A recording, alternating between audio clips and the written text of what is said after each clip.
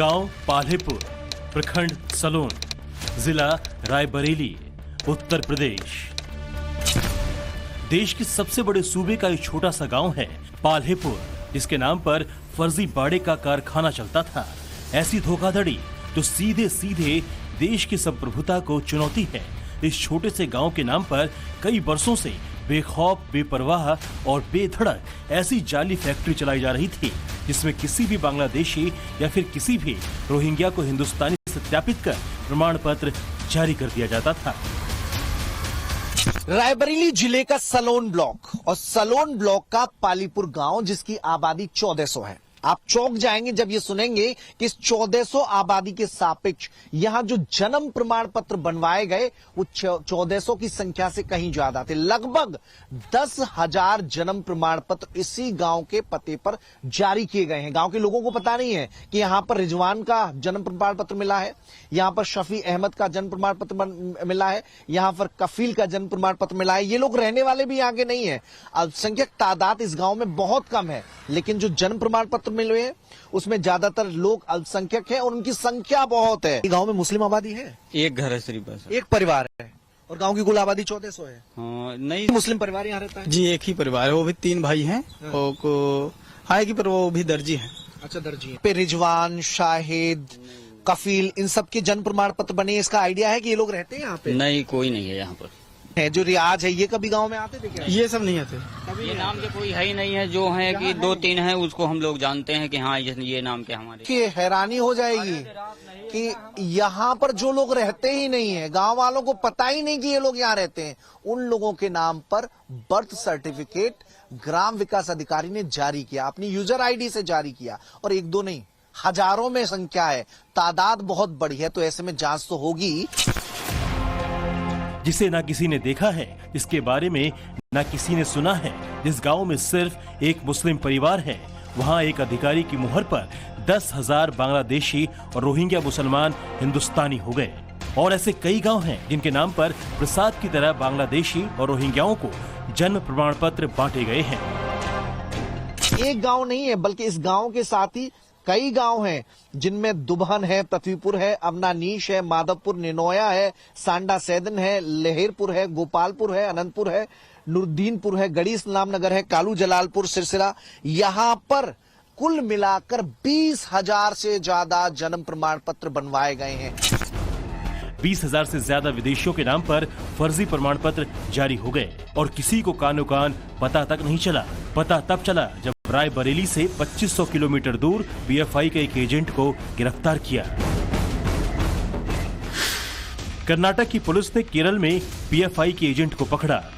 जो PFI agent पकड़ा गया, उसका बर्थ सर्टिफिकेट पाल्हेपुर गांव का था। एनआईए की टीम ने इसकी पड़ताल शुरू की। पहले एनआईए की टीम पाल्हेपुर पहुंची, फिर एटीएस के अफसरों ने सलोन का दौरा किया। तब इस खेल का खुलासा हुआ। कड़ी दर कड़ी जुड़ने लगी तो रडार पर आया वो सीएससी सेंटर, जहां से ऑनलाइन प्रमाण पत्र बनाए जाते हैं। मैं इस वक्त सलोन में मौजूद हूं और ये खान ट्रेडर्स यानी सीएससी सेंटर, ऑनलाइन जन सेवा केंद्र, जहां पर आप कोई भी प्रमाण पत्र बनवा सकते हैं। खासतौर पर जन्म प्रमाण पत्र यहीं से बनता है, और जन्म प्रमाण पत्र बनता है किसी की आईडी से। यानी अगर आप पंचायत में रहते, ग्राम पंचायत के निवासी हैं, तो वहां पर ग्राम विकास अधिकारी, ग्राम पंचायत अधिकारी की आईडी से इस तरह का प्रमाण पत्र बनाया जाता है। मतलब यूजर आईडी उनकी रहती है। लेकिन बड़ा खेल यहां पर खेला जा रहा था। करीब 20,000 से ज्यादा जन्म प्रमाण पत्र बनवाए। वीडियो की आईडी का इस्तेमाल हुआ और जीशान खान, सुहेल और रियाज ने ये प्रमाण पत्र बनाए। अब जरा समझिए इस फर्जी बाड़े के इस खेल में कौन कौन शामिल था। इस सीएससी सेंटर का मालिक जीशान है। उसके साथ दुकान पर काम करने वाले का नाम सुहेल है। जीशान के पिता मोहम्मद रियाज है और सबसे बड़ा नाम है ग्राम विकास अधिकारी मनोज यादव का। ये चारों मिलकर इसी सेंटर से फर्जी प्रमाण पत्र बनाने का नेटवर्क चला रहे थे। सलोन का ये सेंटर उसका अड्डा था। यहां पर ग्राम विकास अधिकारी विजय यादव की आईडी से लगातार ये फर्जी जन्म प्रमाण पत्र बनवाने का खेल रचा जा रहा था और इसके तार कर्नाटक, केरल और मुंबई से जुड़े थे। हालांकि अब लगातार पुलिस एक्टिव हुई है। 2023 में भी मुंबई में 4 बांग्लादेशी पकड़े गए थे, उनकी आईडी भी यहीं से बनी थी। कुछ रोहिंग्या भी जो गिरफ्तार हुए थे उनकी आईडी भी यहीं की निकली थी। और चौंका देने वाली बात यह है कि यहां पर सबसे ज्यादा अल्पसंख्यक तबके के जन्म प्रमाण पत्र बनवाए गए हैं। देखिए अब इस पे ताला लगा है। ग्राम विकास अधिकारी मनोज यादव जीशान के मकान में रहता था। आरोप है कि उसी के साथ मिलकर ये गोरख धंधा करता था। एक टीम गठित करके उसकी जांच की जा रही है, न ही सिर्फ उस विलेज में जहां पर वो पोस्टेड था, परंतु जब से ये ऑनलाइन सिस्टम आया है जिसके अंदर हम लोग इशू करते हैं जन्म प्रमाण पत्र, उस पूरे में जब जब वो जहां जहां पोस्टेड रहे हैं उसके ऊपर कार्यवाही की जा रही है, जांच की जा रही है। पुलिस ने मनोज यादव के साथ जीशान, सुहेल और मोहम्मद रियाज को गिरफ्तार कर लिया है। जो जीशान इस नेटवर्क का सरगना बताया जा रहा है, उसने पिछले 3-4 सालों में बेहिसाब तरक्की की है। कितने लोग संभालते थे इसे? यहाँ ऑनलाइन पे तो वही 2 बंदे थे, जीशान और वही सुहेल उसका जिसका नाम है। जीशान और सुहेल ये देखा करते ऑनलाइन। महंगी गाड़ियां भी होंगी? गाड़ी तो यही है, अच्छा, ये गाड़ी खड़ी है। बाकी जीशानो वगैरह में तो नहीं बता सकते, बाहर हो तो नहीं बता सकते। लखनऊ में भी कुछ जांच में आया है कि फ्लैट है? लखनऊ में 2 प्रॉपर्टियां हैं। तो यहाँ परिवार के लोग कहाँ रहते हैं? सामने वाले मकान में रहते हैं। कौन है परिवार में कुछ जानकारी? यही वीडियो वो ग्राम विकास अधिकारी वीडियो रहा करता था, इसी में। तो कौन कौन परिवार में है, कुछ जानकारी है इनके, जीशान और सुहेल के? इनके परिवार में मम्मी है, सिस्टर है, अच्छा, भाभी भी, कितने भाई हैं? 2 भाई हैं, जीशान और जीशान और रिजवान। बताया जा रहा है कि छोटे से सामान्य सेवा केंद्र चलाकर जिस तरह जीशान ने आर्थिक तरक्की की सीढ़ी चढ़ी है, वो आसपास के लोगों को भी चौंका रहा है। खुद से मजबूत होना शुरू हुए? हाँ, देखते ही देखते हुआ काम 4-6 सालों से। अच्छा जी। और ये सेंटर कब से चला रहे थे ये लोग? ये 4 साल हो गया। 4 साल से सेंटर जी। चला रहे थे। तो मतलब जब से सेंटर चलाना स्टार्ट किए फिर धन की आवक बढ़ गई? हाँ, और प्लाट वगैरह इधर 4-5 मकान ले लिए। अच्छा, कौन कौन से यहाँ पे?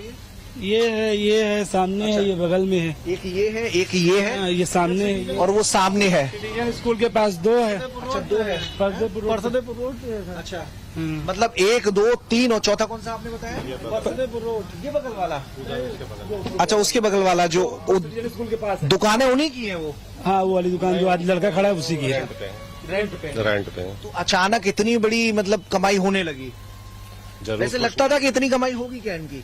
नहीं, ये तो नहीं लगता था। ये जो नेटवर्क है, जब ऑनलाइन खेल स्ट्रांग हुआ तो आर्थिक नेटवर्क भी बढ़ता गया। और ये जीशान की गाड़ी जो यहाँ के लोग बनाए, यूपी 33 AV 9521 ये गाड़ी है।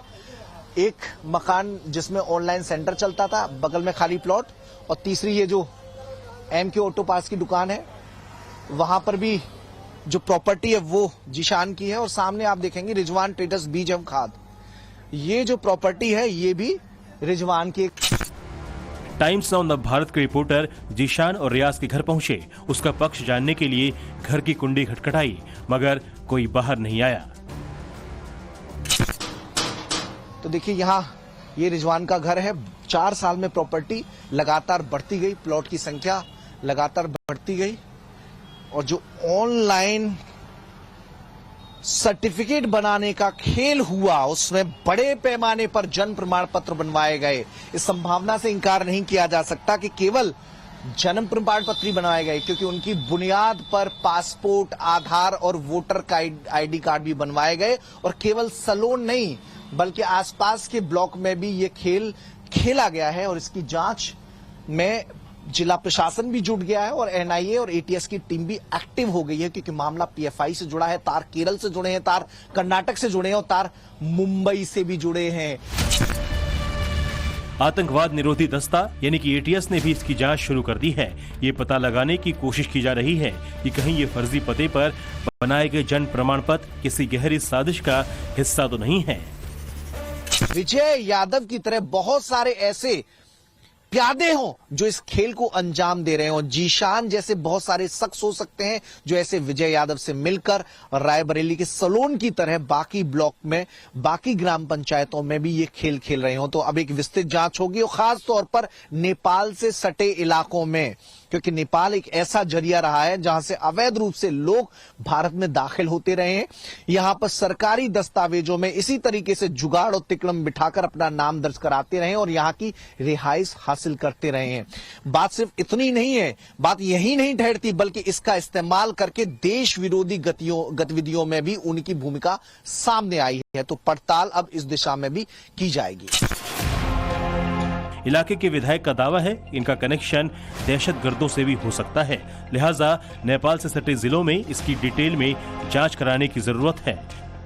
इसमें आशंका ये जताई जा रही है कि अधिकतर लोग देश के बाहर के हैं या बांग्लादेशी हो सकते हैं, रोहिंग्याज ऐसे लोग हो सकते हैं और उनके कनेक्शन निश्चित रूप से मुझे लगता है कि हिंदुस्तान को खोखला बनाने के लिए, यहाँ पर आतंकवादी गतिविधियों को बढ़ाने के लिए ऐसे कनेक्शंस उनके जरूर आ सकते हैं। इनका कोई हम लोग इस चीज को नकार नहीं सकते हैं और ये एजेंसियां जांच का अपना काम कर रही हैं। जांच होने के बाद ही पता चलेगा। योगी राज में हुई इस फर्जी बाड़े के खुलासे के बाद सियासत जबरदस्त हो रही है। बीजेपी इसे गहरी साजिश का हिस्सा बता रही है तो समाजवादी पार्टी सरकार को सवालों के चक्रव्यूह में खड़ा कर रही है।